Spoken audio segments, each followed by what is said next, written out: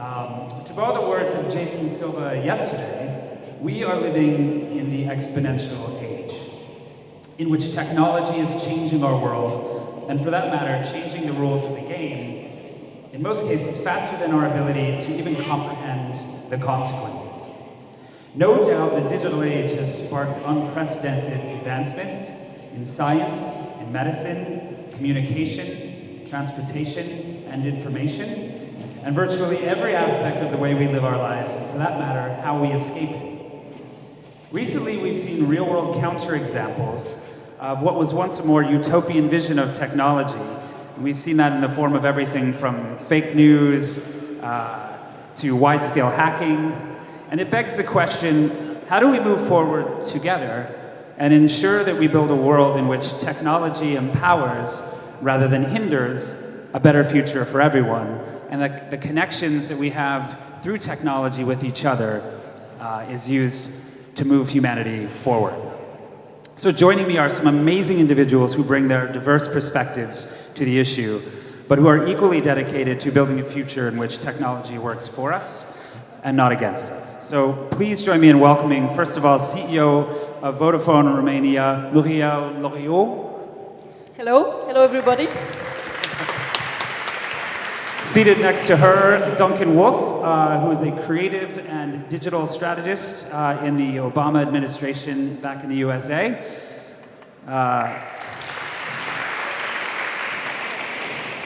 Fady Chreih, CEO of Regina, one of the leading private healthcare networks in Romania and internationally accredited. Hello. And on my left, Dragoș, managing partner of TDG Romania and founder of the Interactive Central and Eastern European project. Hello, everybody. So thanks again for joining. Again, amazing minds up here. I wanted to just sort of start this conversation, which will lead in a lot of different directions, I'm sure. With you, Murielle, we spoke recently. I think we have a shared view of technology's potential.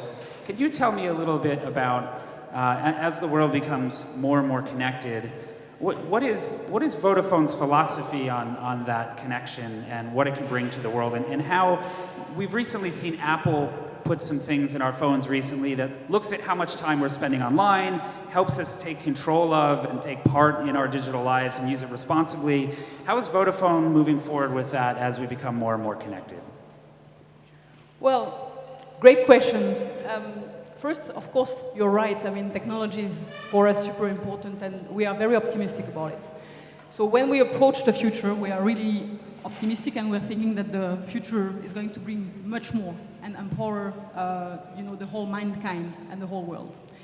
Now, you're right. I mean, it's all about, for us, about the right balance, because, of course, we are connecting all our customers and the whole population in a way or the other. But if you are always connected, then how much are you not losing a bit the connection to the real world and to your friends, to your family, to your colleagues? So I think it's important that even if we are basically connecting and offering so many solutions to enjoy technology, whether it's through posting, checking, getting into all news, that also you interact on the real world. So I think that what is important for us is the right balance, if I want to, get there. And I would say best network will be the network of your friends, or the best connection will be the connection you have with your family, and those kind of things. Of course, then enabled or empowered by best connection of Vodafone, hopefully, or any operator. But really, having this balance, I am a mother of 3 kids. And it's important as well for me, I mean, 2 of them are teenagers, but even the small one, he's 5-year-old, and he's already on his iPad, checking things, playing on games, learning English, whatever. Always important for me that, they are not spending the whole day on that, and that they are also playing real games, having real discussion at the family level. That's great.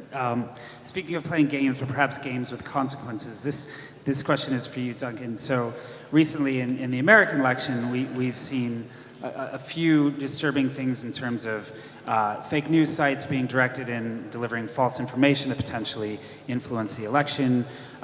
You worked in the Obama administration, and that was arguably an administration that changed the way that we reach, talk to, and connect with constituents and voters.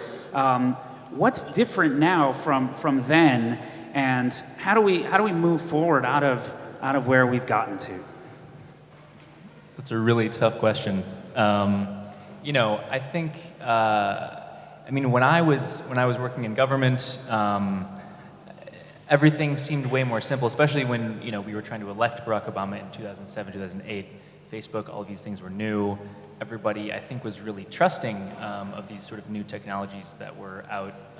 And I think we all placed a lot of faith in them, and for good reason. I think it brought people together in ways that, you know, hadn't been seen before.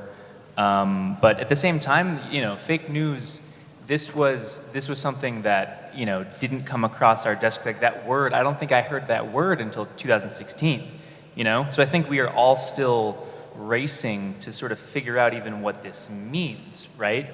At the end of the day, you know, I think about conversations that I might have over the holidays with some of my family that, you know, might not agree with my politics, and, you know, at the end of the day, it comes down to the sources of information people have, and, you know, if you don't believe in the New York Times as, you know, a reasonable arbiter of truth, I'm not sure what to say to you, and the only thing that I can say is that the only times that I've experienced lately that those barriers start to sort of come down is with actual human-to-human conversation, because we all hide behind our, you know, handles on Twitter and what have you, and you know, it's all related to this screen time and our times on our phone, and, you know, so for me, it comes down to how can you facilitate more real community interaction, you know, and how to do that, I'm really not quite sure,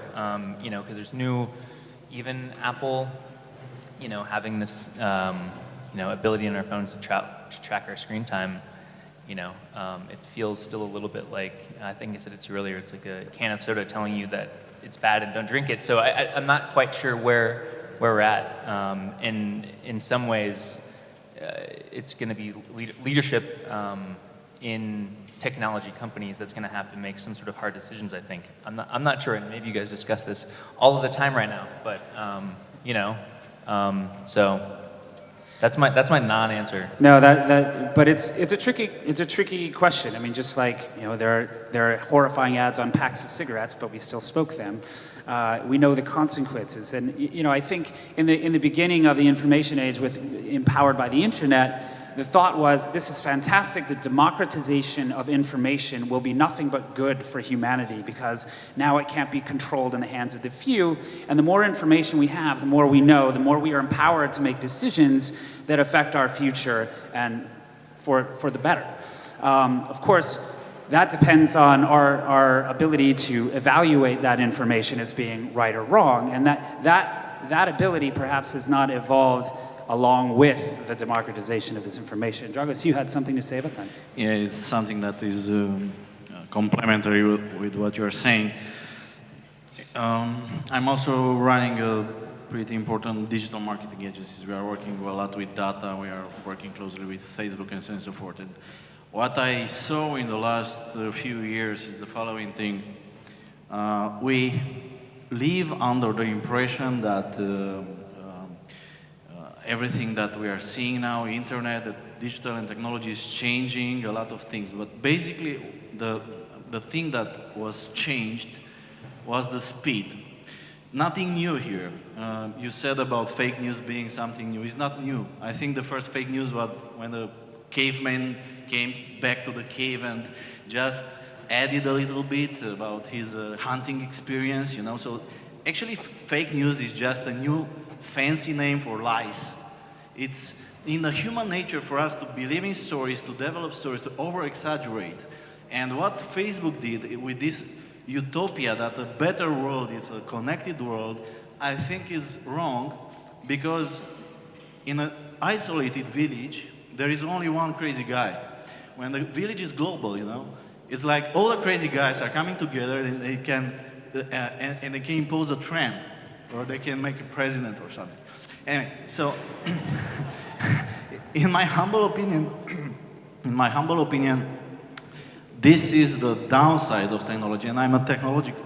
I'm working in this space, so I'm also encouraging people to use technology, and there are a lot of good things that technology brings in our lives. But there is also this layer of responsibility.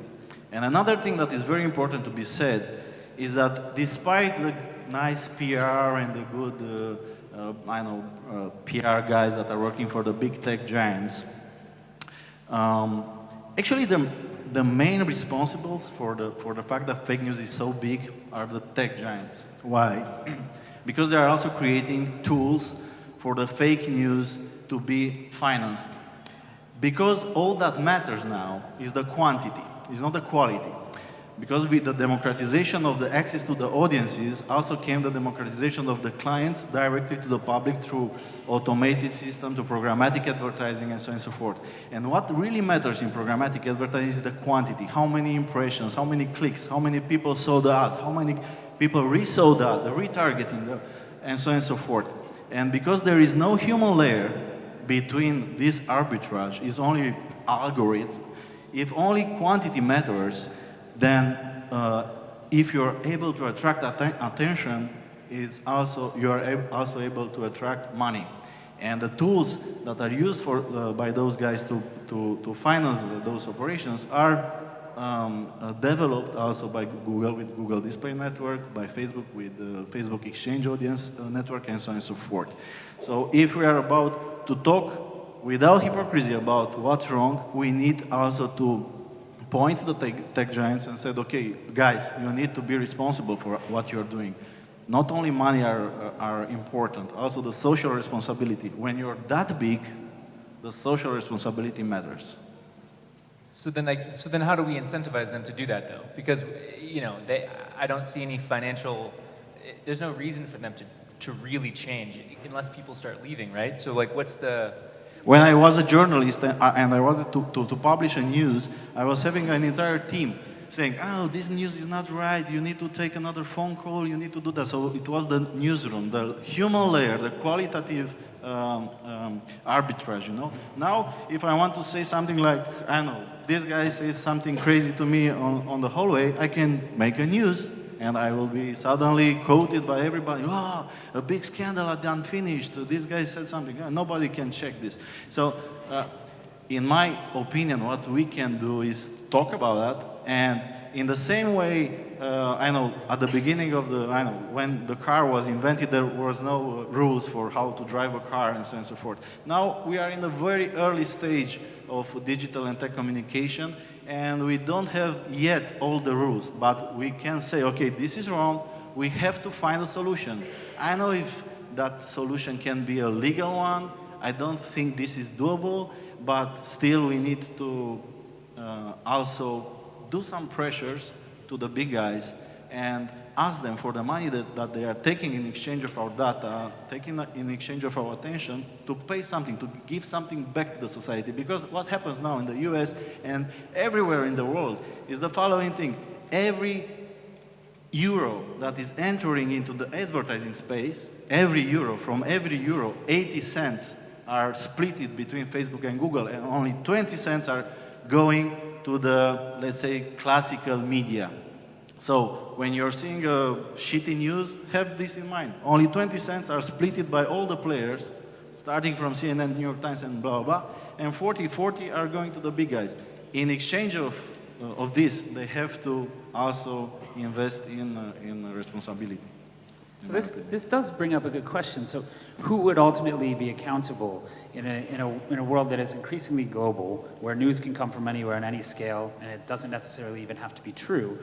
What governing body would be responsible? Would it be on Google? Would it be on Facebook? And who would impose such laws on them when they have international There are sway? countries that already started to have like this Ministry of Digital and Tech Affairs, because if you're looking on their turnover, Google just passed 110 billion in revenue. So that means that by the end of this conversation, they will cash in like 12 million US dollars per hour. So this is the revenue now. Also, Facebook is more or less half.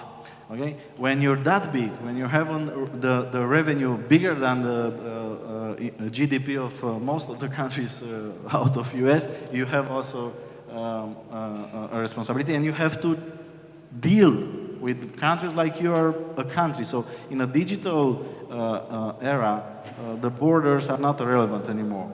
So when I see all those studies about, we have this market share in Romania, it doesn't matter.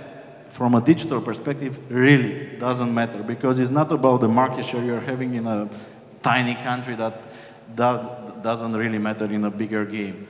What matters is how a certain market or territory is dealing with what's happening at a global level, and how do you position yourself as a country. China decided not to let the data go out from the country. I know it's not a democracy, but maybe from this particular point of, from this particular view, maybe it is not that bad for them to keep the data inside and trade the data inside their country. Whatever. So I think it's a very early stage. We are in a, I don't know, the first year. So let's not forget we have less than 30 years of internet. So I hope we will find smart ways to overcome these downsides and bad things that can happen if we are just losing control and, oh, everybody's connected, it's great. It's not great all the time. But that's always the, you know, I mean, again, we are having such a wealth of information, having access to free education, free content education across the world, thanks to internet as well. So I completely agree that we need to be careful on the drawbacks, on how we put the safeguards on this. And this is, I agree with you, I mean, we are in the early stage. But again, I mean, where we need to be careful is not getting to an extreme position of everything is bad and we are scared about the future. Or, you know, of course, we need to have, and I think that, again, having the consciousness or raising a bit of the warning to each of us, to all the people that are actually surfing on the internet, that take a bit of a step back of everything you see, of everything you read. But again, some way, like you're talking to your friend, they will have a point of view, you have also your own opinion, and you can have also a step back. So don't take it as granted as any information on the internet will be correct. However, there are some that are stamped, I would say. Like, let's say I ask my kids to go to Wikipedia, we know that it will be a reliable information. So it's all about how are we going to be able to stamp the quality of everything you are actually accessing for. If I may chip in, let's look at how healthcare is being transformed by the digital experience. And I will ask the audience, let's do an imagination experience now, if you may allow me. Think about you wake up, you don't feel very well, you're a little bit dizzy. You go, you are preparing breakfast for your family, you are still not very well. You get a phone call from Regina Maria, of course. And they say, hi, we looked at your parameters, it seems something is wrong, and we are looking at your electronic medical file, and we think you should come in for a check. We've just sent an Uber to pick you up and to get you to the hospital.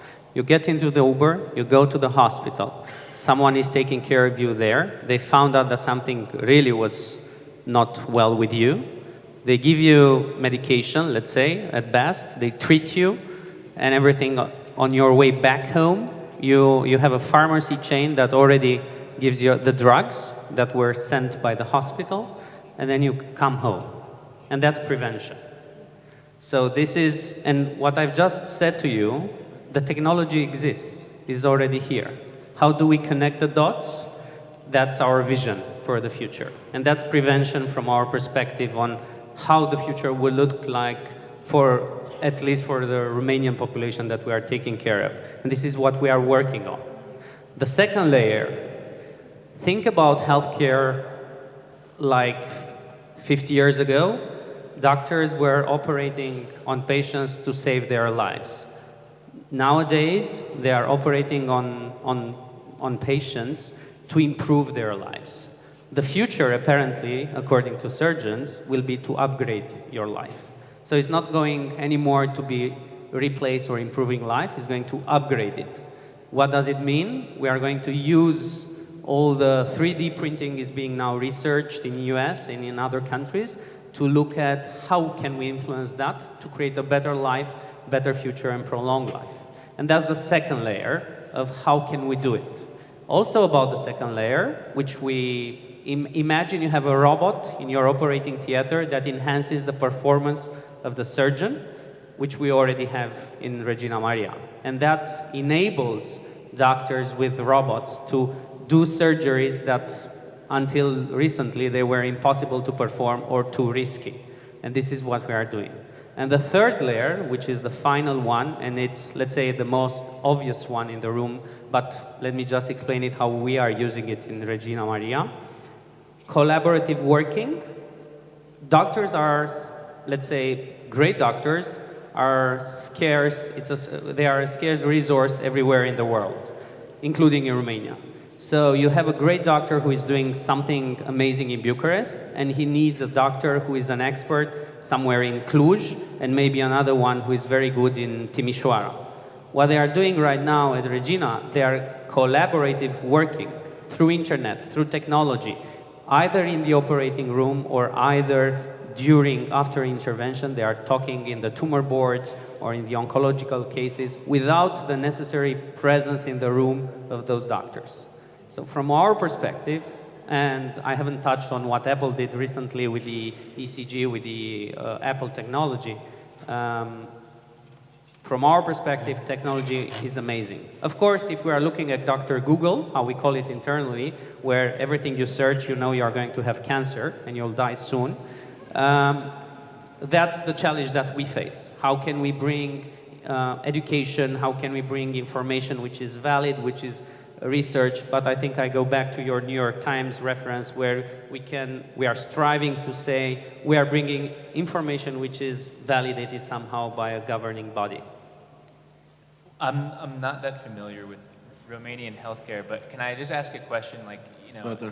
I think communication is one thing, and I think it's certainly obvious where technology isn't always a good thing. But in healthcare, you know, advances in medicine are great, but I guess the question I would want to ask you is, like, how are you guys, because we have so many problems with healthcare in the United States, like, how are you guys keeping that technology accessible? How are you keeping it affordable?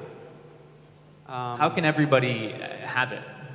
No, I think that's the biggest challenge of the 21st century for everybody in the world. I mean, GDP spending in the US is 18%.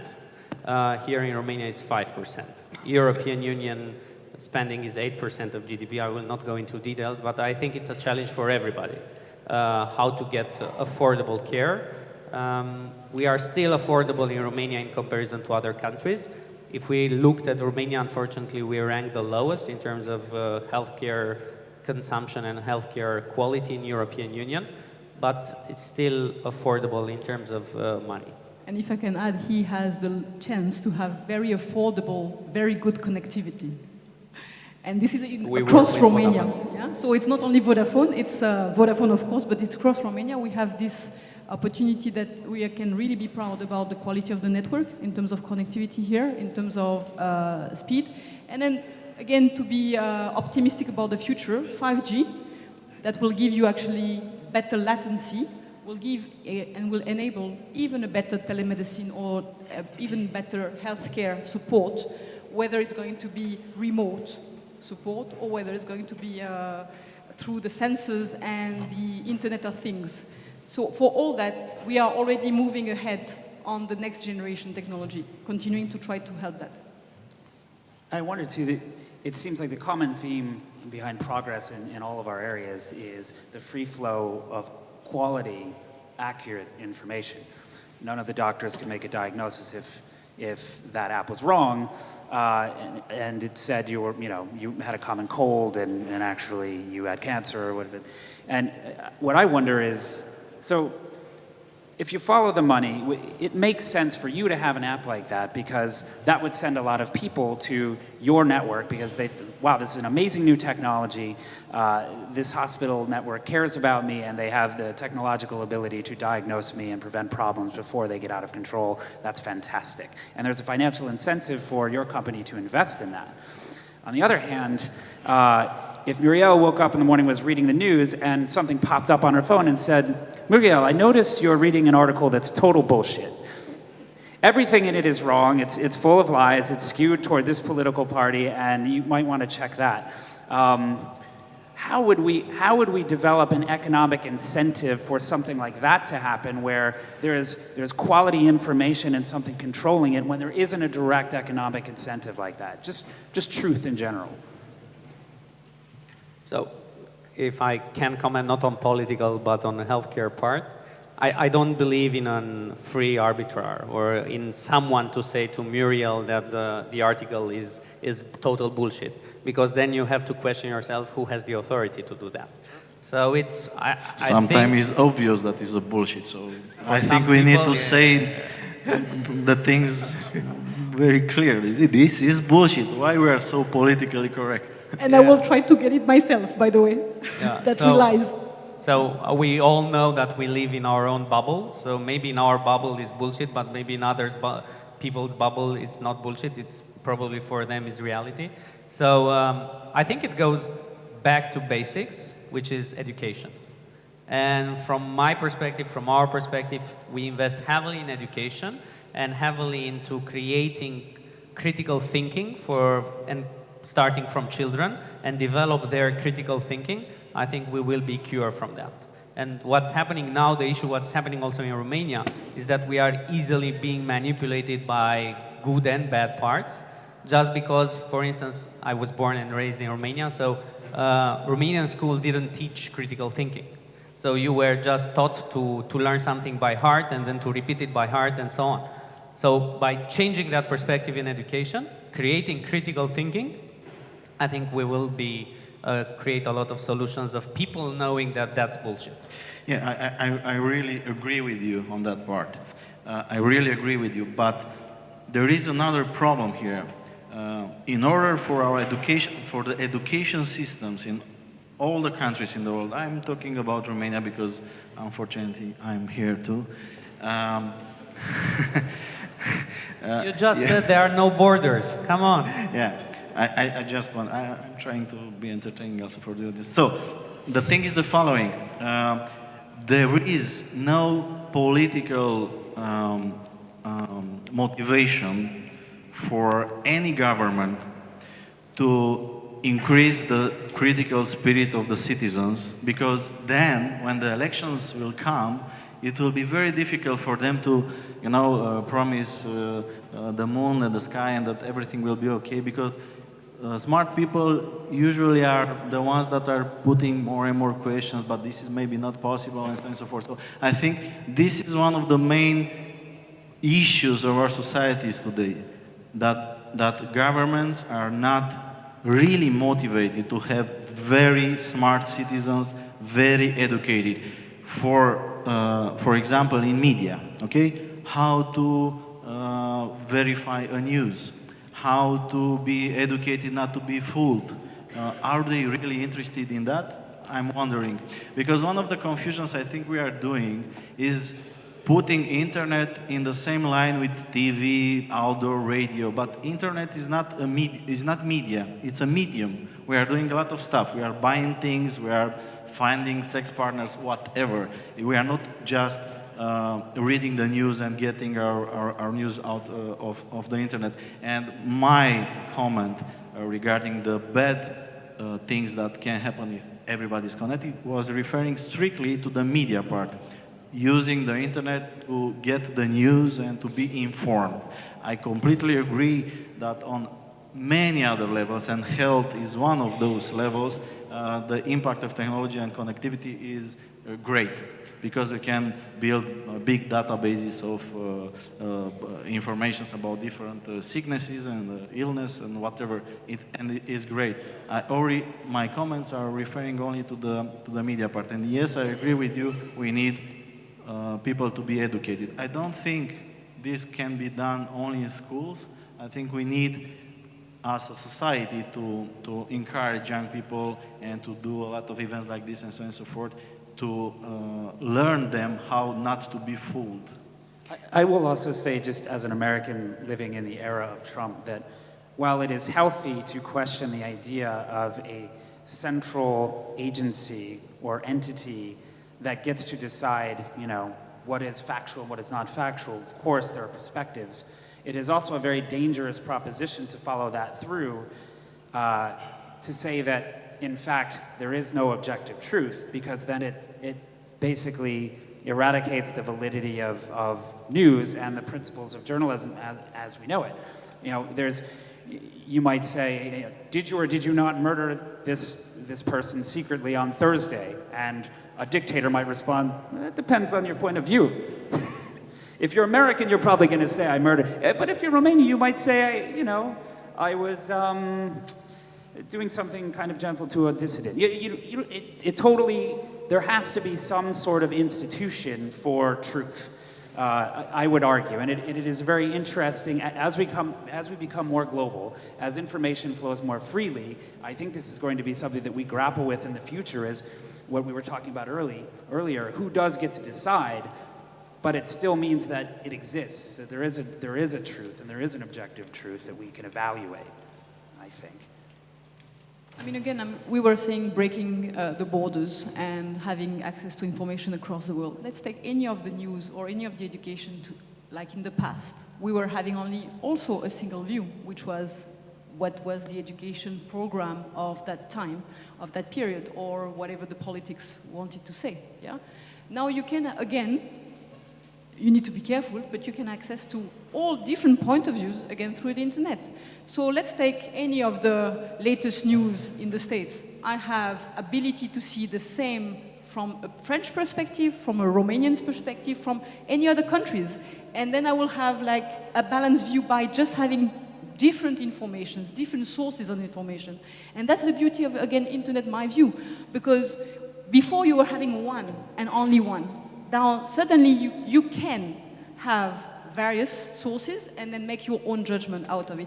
The whole question is that if you're filtering and saying, okay, I'm only interested about this source, then of course, then you're getting back to the same issue that you will be influenced by only one source.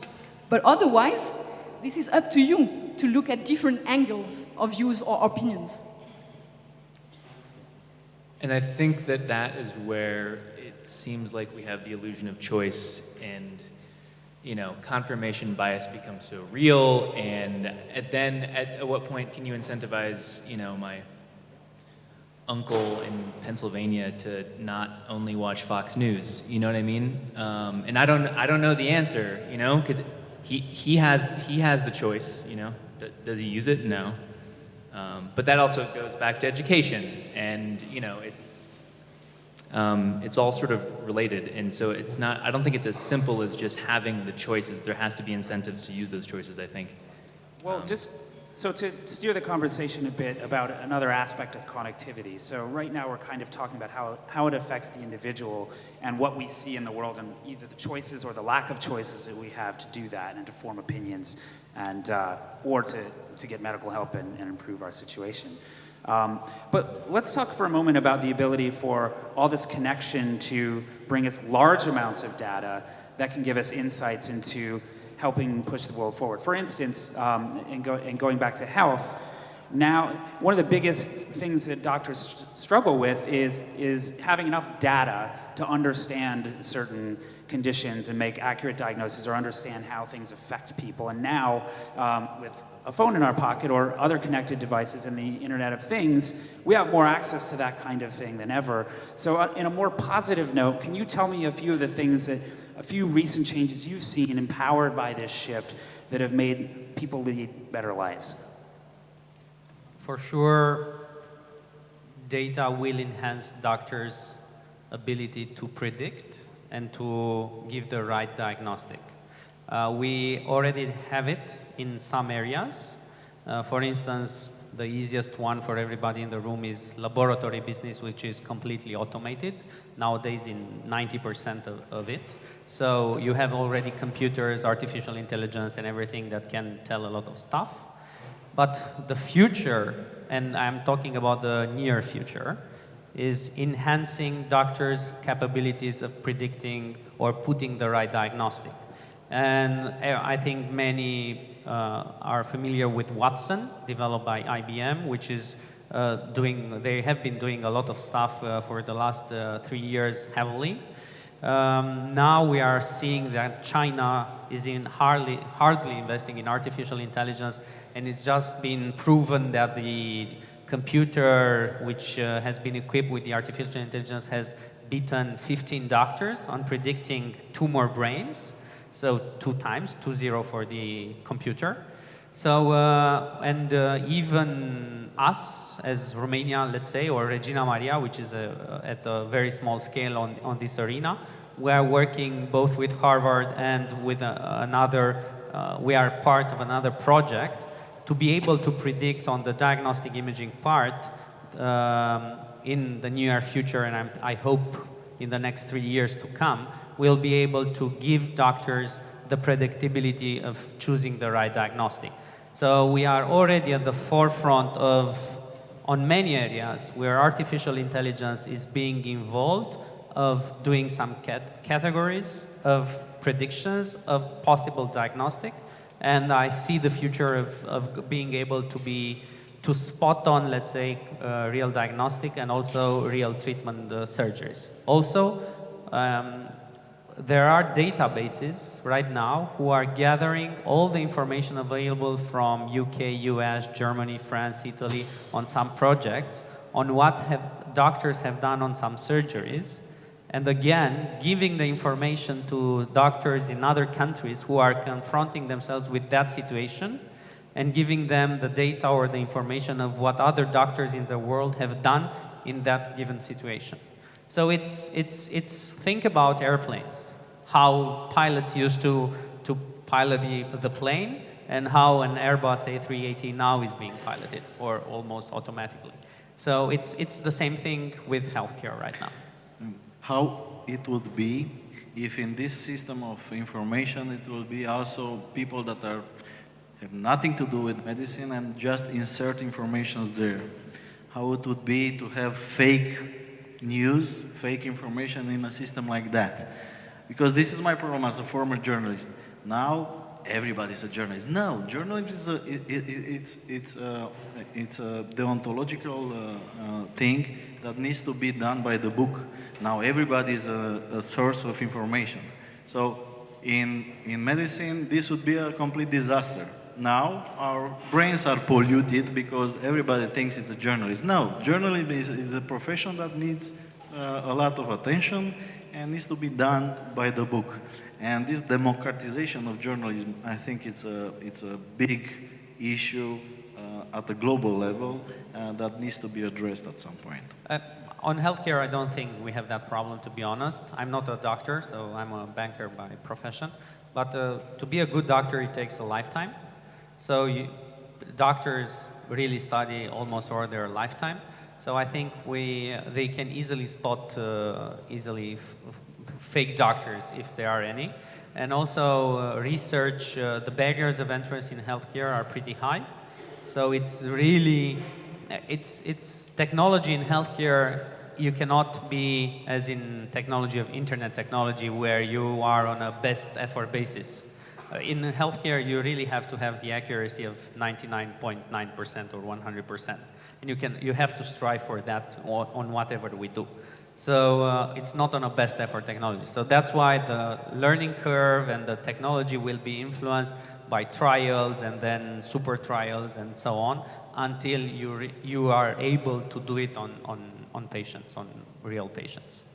I think you have less risk on the healthcare part than on the fake news. Why? Because again, I mean, it depends who is managing that information, who is managing the consolidation of the data, how the data is treated, how you can anonymize the data, and then consolidate it and so on. It was more like a metaphor. Yeah. But again, I mean, I think that for me, I mean, I completely agree with you, Fady. I mean, healthcare is definitely the first thing that I see has really the best future, or the best opportunity to get a better future for all the disease that we can not only, predict or anticipate and give a diagnosis about, but also cure. And we have on our side also, I mean, through the Vodafone Foundation, collaborated on a couple of projects where, for example, we started with 200 children that were insulin dependent, and we've monitored their blood, insulin fluctuation or glucose fluctuation throughout the day. And with the data, with the learning of this data, we've been able to improve, not only having real-time 24 hours monitoring that has improved their life. Suddenly, they've been able to go to school, their parents have been able to suddenly sleep, being a bit like having back to a normal life. But again, we started with 200, and how many, if you collect all the data for all those children with this same treatment across the world, then you can also improve this treatment almost exponentially, because you will see how much glucose you need to add at what point in time and so on, depending on the different size of the children, their age, and so on and so forth. So it's really important that we realize that the data and the machine learning or the AI that is behind is critical. That we need to, of course, put the safeguard again, having the right monitoring or the right control on the data, but really get it consolidated. So you said you're a banker by trade, right? Medicine and hospitals are inherently, in most parts of the world, a business, right? If you put AI in charge and you ask it to run a profitable business, but also make people healthier, to keep them upgrading, right? That computer might say, well, the bottom, 50% of these diseases are not worth investing in because this is not making us any money. How do you work against a system where that's real, and how do you ensure that there are, there's a net to catch these, rare diseases and what have you? That's a very good question, and the answer exists. It's the capitation model. You have a subscription model where you're not being paid by what you're doing. You're just being paid to keep people healthy. It's very similar in the US. You have the Kaiser Permanente model on the West Coast. So I think it has traction now all over the world, and everybody's shifting from paying volumes. Every surgery that you do, you're being paid for that, and shifting to value-based model where you have to take care of that population, and you are being paid, let's say, a monthly fee and so on, and your whole interest is to keep them safe and healthy. And I think we are going to see that in the next 10 years on a global scale, because all over where we look in the world, right now, the model is completely unsustainable, financially speaking. Not from US, which has been, to be honest, in a very bad shape for many years. If we are looking even at for us in Netherlands is the best system, or the Swedish model in Europe, and they are all shifting to value-based healthcare, which is a new model for everybody, which is very strange for many people, but again, coming from outside of the industry, it sounds very logical to keep people up in shape, keep them accountable, keep them responsible, make them being part of healthcare and not just being user of healthcare, and take their health in their own hands. So right now, for instance, there are models in Sweden where if you're a smoker and you have lung issues, lung cancer, and you get the surgery and you get the treatment, but if you restart smoking, then that thing is not for free anymore. You have to co-pay or to pay it. So it's creating accountability, creating responsibility, taking your own health into your own hands and dealing with that as well. May I just add one thing on technology? A nice statistic about Romania. In 1990, in Romania, women were getting married at 24 years old as an average, having babies at 26 years old as an average. 2017, women are getting married at around 29, having children at around 28, so probably they're having children and then getting married. So that's the official statistic, which created a discussion in our medical board of, okay, so have we seen more issues at birth? Have we seen more, birth issues with children? Because you have these 4 years of a span, and if this is an average, of course, you have different situations. And the answer was no, statistically speaking. And it's not because the issues were not there, but early detection of those issues prevented from having complications at birth. So again, technology not helping prevention and early detecting different issues prior to giving birth. And that's an interesting statistic only for Romania, for instance. That's great. So another aspect of connectivity I think that we haven't touched on yet is that as we become more connected to one another, we also become more connected to the environment around us. And I think with technology, not only are we connected via our phones, but our environment becomes increasingly aware of us because our environment has sensors, cameras, beacons, and things that can, on the one hand, in a dark way, surveil us, but in a brighter way, adapt the world around us to serve us better. And even from practical ways of knowing where we're going to go, where the buses are, and they'll follow where the people are going, all the way up to fun artistic things, with the interactive things when you walk by and something happens. Murielle, have you been a part of that? Have you seen the potential for that? And is there anything that Vodafone is working on? Potential is massive on at least, again, what we call the Internet of Things. And at Vodafone, we have nationwide now narrowband IoT, which is even like enabling much better coverage with a smaller device that can actually run with full autonomy for years and really get penetrated in very deep areas, very wide areas. One example, for example, we have as a pilot today with one of the company here, is to try to protect the environment, but of course having also a utility for each of us, yeah? Which is a water company. We are trying to put sensors, and we're putting sensors on all their water pipeline, everywhere, including where you had no coverage, to be able to actually monitor the water and detect or monitor real time any leakage that could happen, any water leaking or any damage in any way. And then, of course, it's enabling efficiency for the company itself, because rather than to send people on the field, you know, trying to chase where is the issue, how to sort it out, and so on, suddenly, because they have all this real-time monitoring with the sensors, they can very fast identify where is the issue and then sort it out.